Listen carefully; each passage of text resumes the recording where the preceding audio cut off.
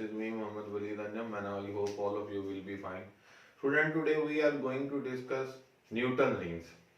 Newton rings के बारे में डिस्कस करने के लिए हम उसकी एक जनरल जो डेफिनेशन है वो ये लिख लेते हैं, सर्कुलर या concentric bright and dark rings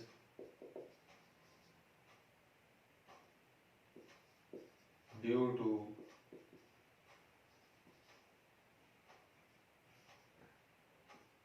an air film enclosed between glass plate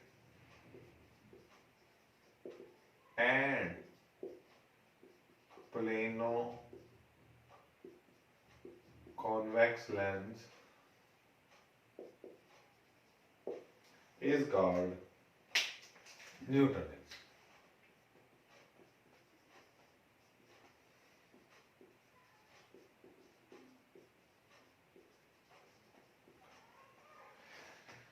student, अगर हम ये जो डायग्राम यहां पर बनी हुई है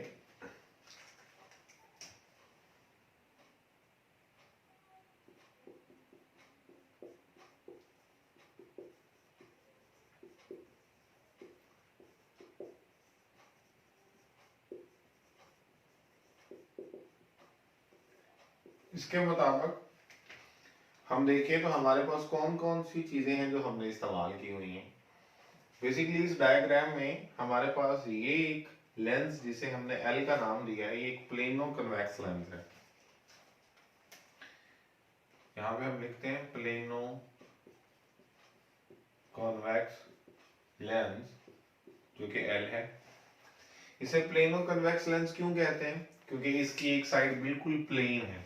क्यों प्लेन है? जैसे अगर हम इस लेंस को देखें, ये कॉन्वेक्स लेंस है, ये बाय कॉन्वेक्स लेंस है। अगर हम इसके सेंट्रल पॉइंट पर, ये देखें ये लाइन भी लगी हुई, इसको कट कर दें और ये दो हिस्सों में अगर कहते हैं तकसीम कर दिया जाए तो ये क्या कहलाएगा? एक प्लेनो कन्वेक्स लेंस कहलाएगा, क्योंकि ये एक बिल्कुल प्लेन साइड है और ये कॉन्वेक्स है।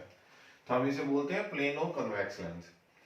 इस प्लेनो कन्वेक्स लेंस को हम प्लेस करते हैं ग्लास प्लेट पर, जो कि यहां पर एक ग्लास प्लेट है, और इन दोनों के दरमियान, क्योंकि ये जो कॉन्वेक्स लेंस है ये इस पॉइंट पर इस ग्लास प्लेट के साथ हम देख सकते हैं कि अटैच कह लें या उसके साथ जुड़ा हुआ कह लें, या हम ये कह लें कि उसके ऊपर जब प्लेस करते हैं तो ये वो पॉइंट है जहां पर हम कहते हैं कि बिल्कुल एक दूसरे के ऊपर लाई कर रहे हैं।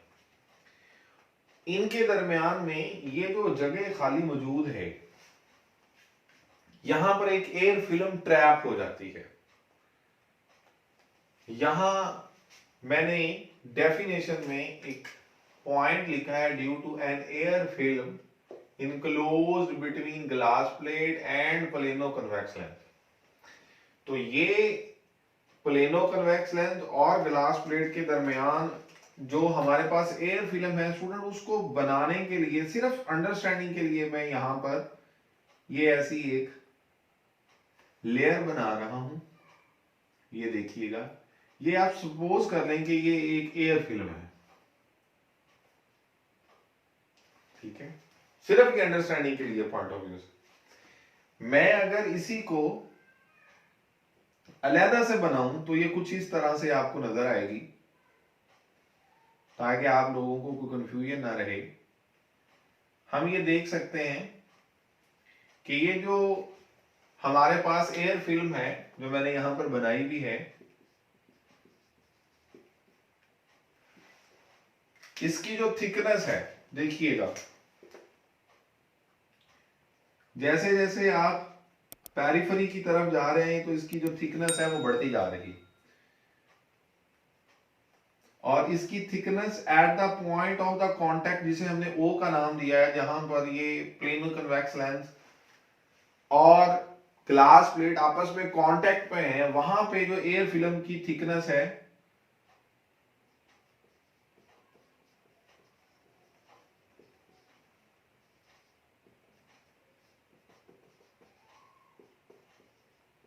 वो 0 है,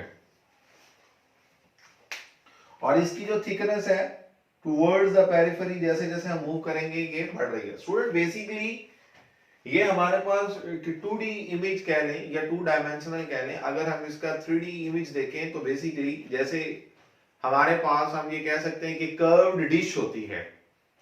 उस कर्व्ड डिश को देखें तो वो बेसिकली कुछ इस तरह से होती है, ऐसे। तो उस कर्व्ड डिश को अगर हम देखें तो उस कर्व्ड डिश और उसके नीचे एक ग्लास प्लेट, जो आप सपोज कर लें कि आपने एक रेक्टेंगल की फॉर्म में, एक स्क्वायर की फॉर्म में वो रखी, जैसे बिल्कुल ये मेरा स्ट्रेट हैंड है और इसके ऊपर मैं वो इस तरह से कर्व डिश रख दूं, या इस तरह से आप देख सकते हैं। तो हम ये कहते हैं कि इस पूरे का ये हमारे पास जो पूरा रीजन बन रहा है, इनके इस पूरे के अंदर, यहाँ पे तो हमें फ्रंट से नजर आ रहा है लेकिन वो पूरा हमें दिखाई देगा, उसके अंदर पूरे के अंदर एक एयर फिल्म ट्रैप हो जाती है। और जिस जगह पर ये दोनों आपस में मीट कर रहे हैं या कांटेक्ट में है, वहां पर थिकनेस ऑफ द फिल्म क्या है, 0 है। देखिएगा हम इसे लिखते हैं, thickness of air film is 0 at the point of contact of plano convex lens and glass plate। उसके बाद नेक्स्ट पॉइंट में हम लिखेंगे इट इंक्रीजेस ग्रेजुअली। कौन इंक्रीज करता है, thickness of the film.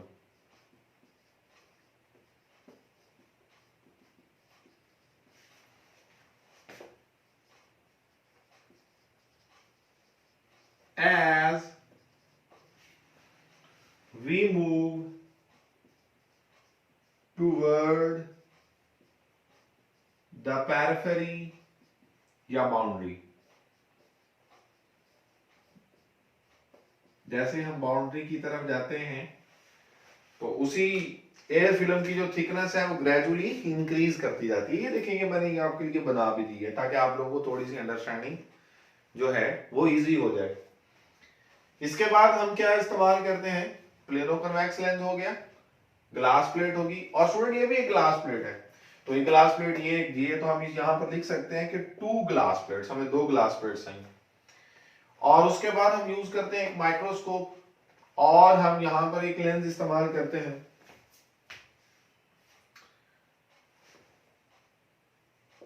Microscope किस लिए इस्तेमाल की जाती है ये हम देख लेंगे। उसके बाद हमारे पास एक कॉन्वेक्स लेंस, और इस कॉन्वेक्स लेंस के फोकस पर source of light is placed at the focus of convex lens। उस convex lens के फोकस पर हम एक क्या रखेंगे, source of light.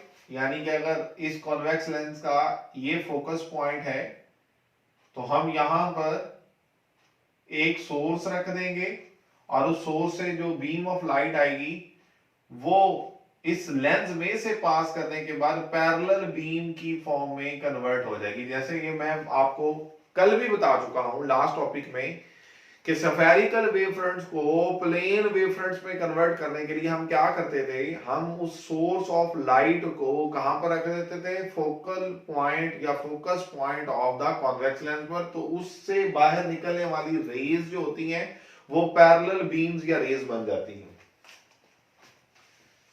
So that, ये क्यों करते हैं, so that the rays coming out of the lens become parallel।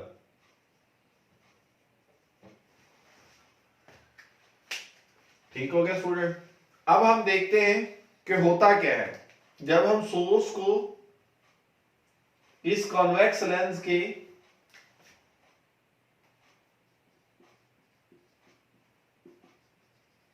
Focus पे रखते हैं तो इस लेंस में से पास करने वाली जो रेज हैं, बाहर निकलने वाली हैं, वो पैरेलल रेज बन जाती हैं। और वो रेज जब इस ग्लास प्लेट को जो हमने इसके सामने रखी हुई है, जिसको आपकी बुक पे नाम भी दिया गया है जी का, इस ग्लास प्लेट के साथ ऐसे टकराती हैं कि हम ये कहते हैं कि यहां से रे ऑफ लाइट टकरा कर इधर, और यहां ये जो पोर्शन है यहां से भी टकरा कर इधर। अब ये बड़ा इंपॉर्टेंट पॉइंट है, हम ये कहते हैं कि ये जो रेज ऑफ द लाइट हैं जो यहां से पास करते हुए, जो लाइट की जो वेव्स हैं, ये वेव्स पास करते हुए इस प्लेनो कॉन्वेक्स लेंस की lower boundary, plano convex lens की लोअर बाउंड्री या एयर फिल्म की अपर बाउंड्री, एक ही बात है ना, क्योंकि इसके बाद एयर फिल्म आ जाती है, इसकी अपर सरफेस से टकराने के बाद रिफ्लेक्ट बैक हो जाती है और कुछ पोर्शन उसी का नीचे पास कर जाता है उस एयर फिल्म में, और इस ग्लास प्लेट के साथ टकराकर वो वापस आती हैं, रिफ्लेक्ट होती हैं। तो स्टूडेंट जब दो वेव्स रिफ्लेक्ट बैक होकर वापस आती हैं तो कुछ इस तरह से, जहां पर वो रिफ्लेक्ट बैक होकर आए, चूंकि वो दोनों किसी एक ही सोर्स से हैं तो वो कोहेरेंट भी हैं, मोनोक्रोमेटिक की कंडीशन भी हमारी पूरी हो रही है, क्योंकि ये दोनों जो हमारे पास वेव्स हैं ये किसी एक ही सोर्स से आ रही हैं, या इंटरफेयरिंग बीम्स हमने कहा था कि मोनोक्रोमेटिक होनी चाहिए, ठीक है ना। तो हमारे पास ये दोनों जब रिफ्लेक्ट बैक होकर जाएंगी तो हम ये देख सकते हैं कि इस केस में इन दोनों की सुपरपोजिशन से कंस्ट्रक्टिव इंटरफेरेंस होगी, और उस कंस्ट्रक्टिव इंटरफेरेंस के रिजल्ट में हमारे पास जब यही दोनों रेज पास करके वापस जा रही होंगी, अब मैं इसके लिए ऐसे दो एरोस बना देता हूं, जब ये जाती हैं तो माइक्रोस्कोप में जिस पॉइंट पर जाकर ये हम कहते हैं, हम इन्हें ऑब्जर्व करते हैं, वहां पर हमारे पास एक ब्राइट स्पॉट बन जाएगा। ब्राइट, ऑल्दो मैं इस पॉइंट से लगा रहा हूं तो ये डार्क है, लेकिन असल पे वो एक ब्राइट स्पॉट बनेगा, और वहां ब्राइट स्पॉट अगर बन रहा है तो स्टूडेंट बड़ी इंपॉर्टेंट बात है, क्योंकि मैंने ये कहा था कि प्लेनो कन्वेक्स लेंस जैसे एक कर्व डिश होती है, और इसका एक, इसको अगर हम 3D में देखें तो ये एक सर्कल है। तो देखिए स्टूडेंट, अगर इस पॉइंट पर और इस पॉइंट पर, यानी कि ये दो पॉइंट सेंटर से बिल्कुल एक ही फासले पर हैं, अगर इन दोनों पॉइंट्स पर कंस्ट्रक्टिव इंटरफेरेंस की कंडीशन पूरी हो रही है तो यहां पर एक ब्राइट बैंड बनेगा, यहां भी, और हर जगह पर एक ब्राइट बैंड बनेगा, और उस पूरे सर्कल की बाउंड्री पर, चूंकि वो सर्कल की बाउंड्री पर तमाम पॉइंट्स का जो हम ये कह सकते हैं कि सेंटर से डिस्टेंस सेम होगा, तो हम ये कहते हैं कि उन दोनों पॉइंट्स पर कंस्ट्रक्टिव इंटरफेरेंस की कंडीशन के पूरे होने से क्या होगा, एक ब्राइट बैंड बन जाएगा। ये बात हम पहले भी पढ़ चुके हैं कि जब कभी भी दो वेव्स के दरमियान उनकी सुपरपोजिशन के रिजल्ट में कंस्ट्रक्टिव इंटरफेरेंस होती है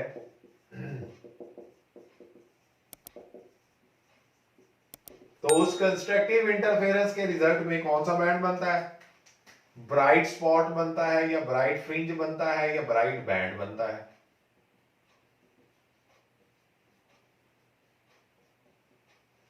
ठीक हो गया स्टूडेंट।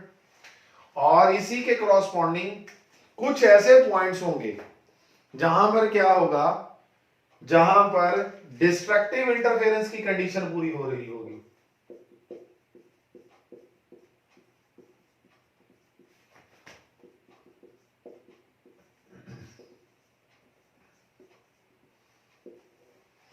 और जब डिस्ट्रक्टिव इंटरफेरेंस की कंडीशन पूरी होगी तो स्टूडेंट वहां पर एक डार्क बैंड या डार्क फ्रिंज।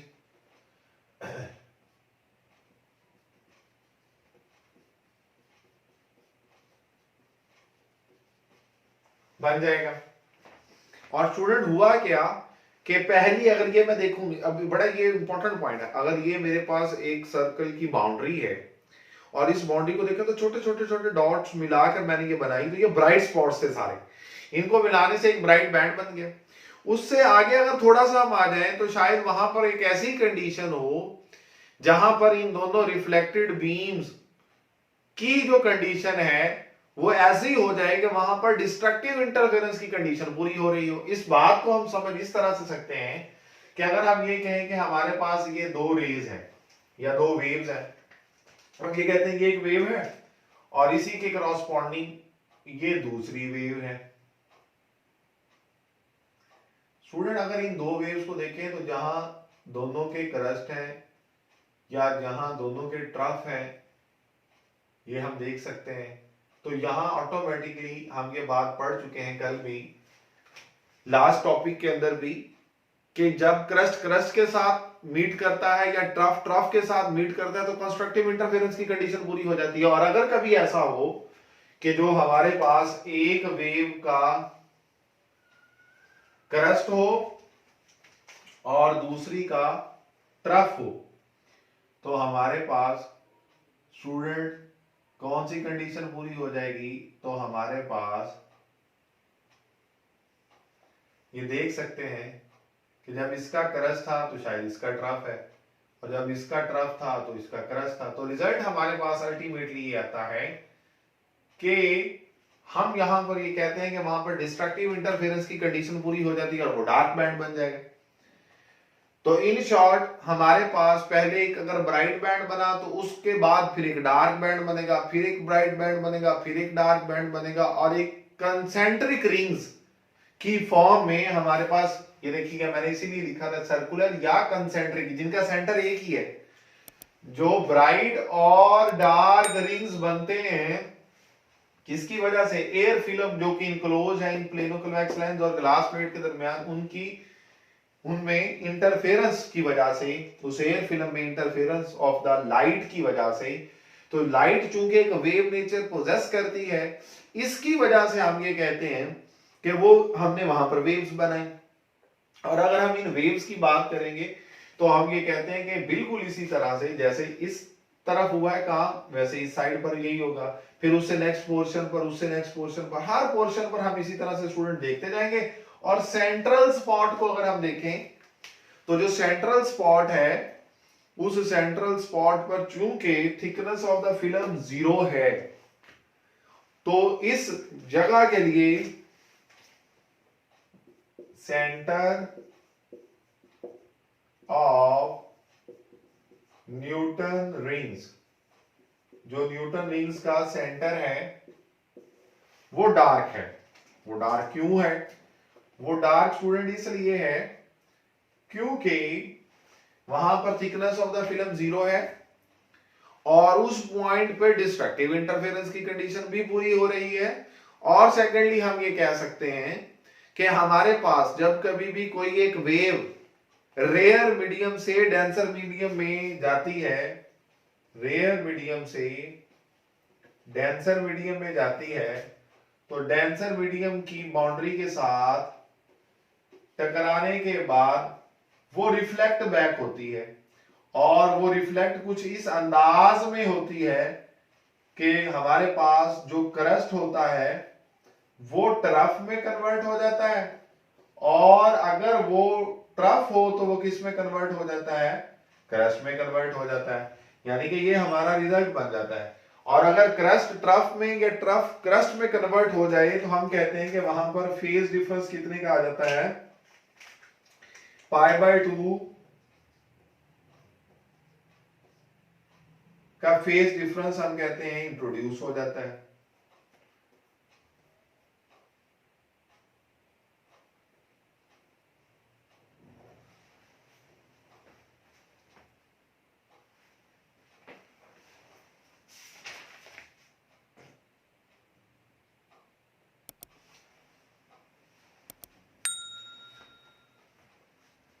और अगर क्रस्ट ट्रफ में कन्वर्ट हो जाए तो हम ये कहते हैं कि वहां पर हमारे पास जो फेज डिफरेंस है, फेज डिफरेंस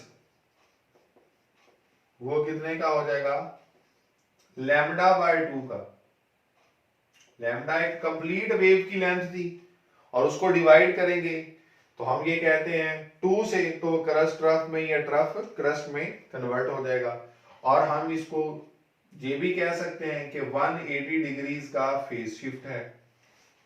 तो यहां से हमें ये बात समझ में आ जाती है कि चूंकि सेंट्रल पॉइंट पर 180 डिग्रीज का फेज शिफ्ट है या लैम्डा बाय 2 का फेज डिफरेंस है, जिसकी वजह से जो सेंट्रल स्पॉट होगा वो हमेशा क्या होगा, डार्क होगा। तो इस बात को समझने के लिए स्टूडेंट हम देखें कि अगर हम सेंट्रल स्पॉट को ये डार्क बना दें और उसके बाद फिर एक ये रिंग बना दें, तो ये देख लें आप लोग कि ये जो इनके दरमियान में रीजन है हम इसको ब्राइट मान लेते हैं, और ये जो साइडों पे ये जो मैं रिंग्स बना रहा हूं तो हम कहते हैं कि डार्क रिंग्स हैं। तो रिंग्स डार्क हैं, फिर उनके दरमियान में ब्राइट बैंड है। तो ये आपकी बुक पर भी कुछ इस तरह से आपको बना हुआ नजर आ रहा है। तो हमें रिजल्ट क्या पता चलता है कि कंसेंट्रिक रिंग्स बनते हैं जो कि डार्क और ब्राइट हैं। तो इन रिंग्स को हम क्या फिर नाम दे देते हैं, न्यूटन रिंग्स का नाम दे देते हैं।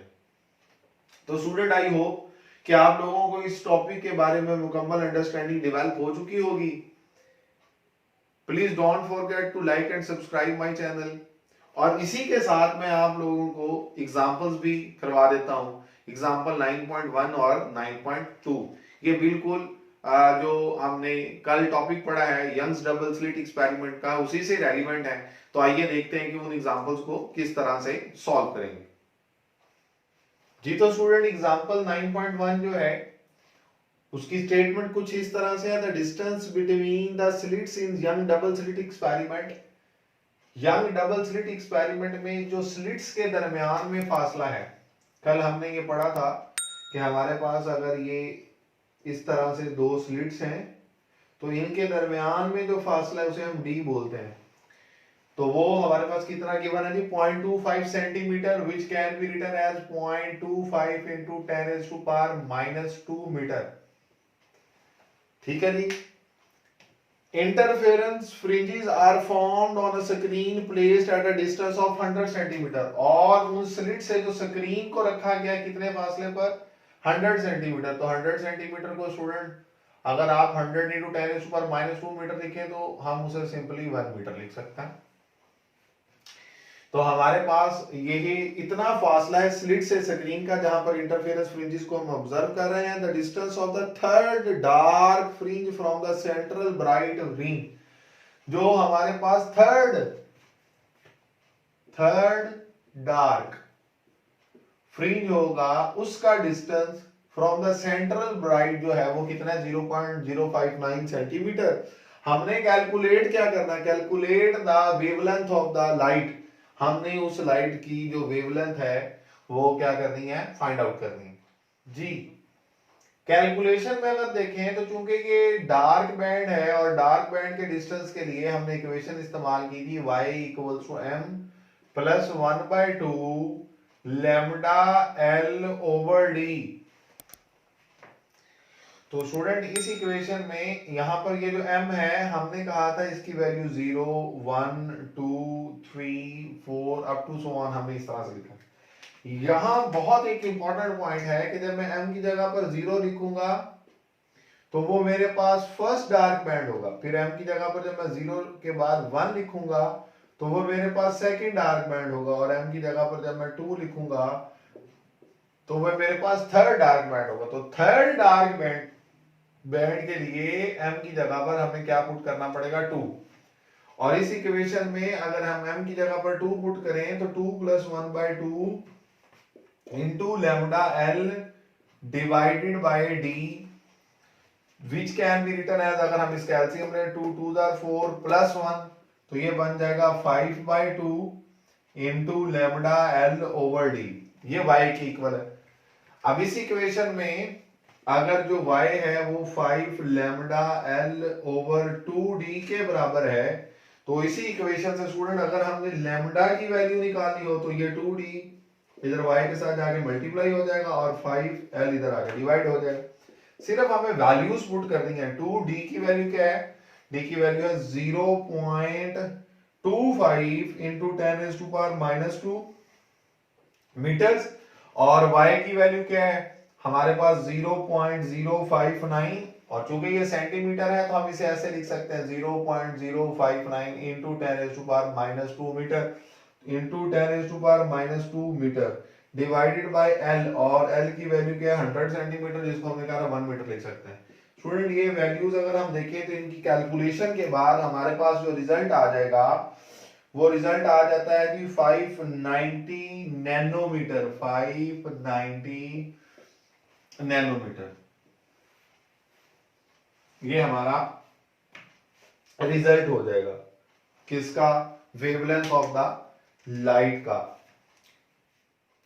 ये स्टूडेंट अभी हमारे पास जो नेक्स्ट एग्जांपल है 9.2, अगर हम उसकी स्टेटमेंट को देखें तो उसकी स्टेटमेंट कुछ इस तरह से है, yellow sodium light of wavelength 589 nanometre, कि 589 नैनोमीटर एक लाइट की वेवलेंथ है, नैनो की जगह पर हम 10⁻⁻9 मीटर लिख सकते हैं। emitted by a single source passes through between two narrow slits, और वो 1 मिलीमीटर अपार्ट, दो नैरो स्लिट्स के दरमियान जो फासला है वो 1 मिलीमीटर है, तो 1 इंटू 10⁻³ मीटर लिखा जा सकता है। The interference pattern is observed on a screen 225 centimetre away, और जो इंटरफेरेंस पैटर्न हम ऑब्जर्व कर रहे हैं स्क्रीन पर वो कितनी दूर है 225 सेंटीमीटर, जिसको हम 225 इंटू 10⁻⁻² मीटर लिख सकते हैं। हमने मालूम क्या करना, how far apart are two adjacent bright fringes, दो जो ब्राइट फ्रिंज है उनके दरमियान कितना फासला है। स्टूडेंट कल हम लोगों ने ये बात पढ़ी थी कि चाहे दो ब्राइट बैंड्स हो या दो डार्क फ्रिंजेस हो, इनके दरमियान जो फासला होता है डेल्टा वाई, वो किसके इक्वल होता है, delta Y equals to lambda L over D के बराबर होता है। और अगर हम इस रिजल्ट में देखें तो लैम्डा की वैल्यू हमें गिवन है, एल की वैल्यू हमें गिवन है, डी की वैल्यू हमें गिवन, सिर्फ हमने वैल्यूज पुट कर दी है, तो हम देख सकते हैं 589 इंटू 10⁻⁻9 मीटर वेवलेंथ, एल जो था वो 225 इंटू 10⁻⁻² मीटर डिवाइडेड बाय जो फासला डी था वो कितना था 1 इंटू 10⁻³ मीटर। तो स्टूडेंट अगर हम इसे सिंपलीफाई करेंगे तो इसका रिजल्ट आ जाता है 1.33 मिलीमीटर, इतना फासला होगा जी दो कंसेक्टिव ब्राइट फ्रिंजेस के दरमियान। तो स्टूडेंट आई होप कि आपको आज का लेक्चर समझ आ चुका होगा। Please don't forget to like and subscribe my channel and take good care of yourself. अल्लाह हाफिज।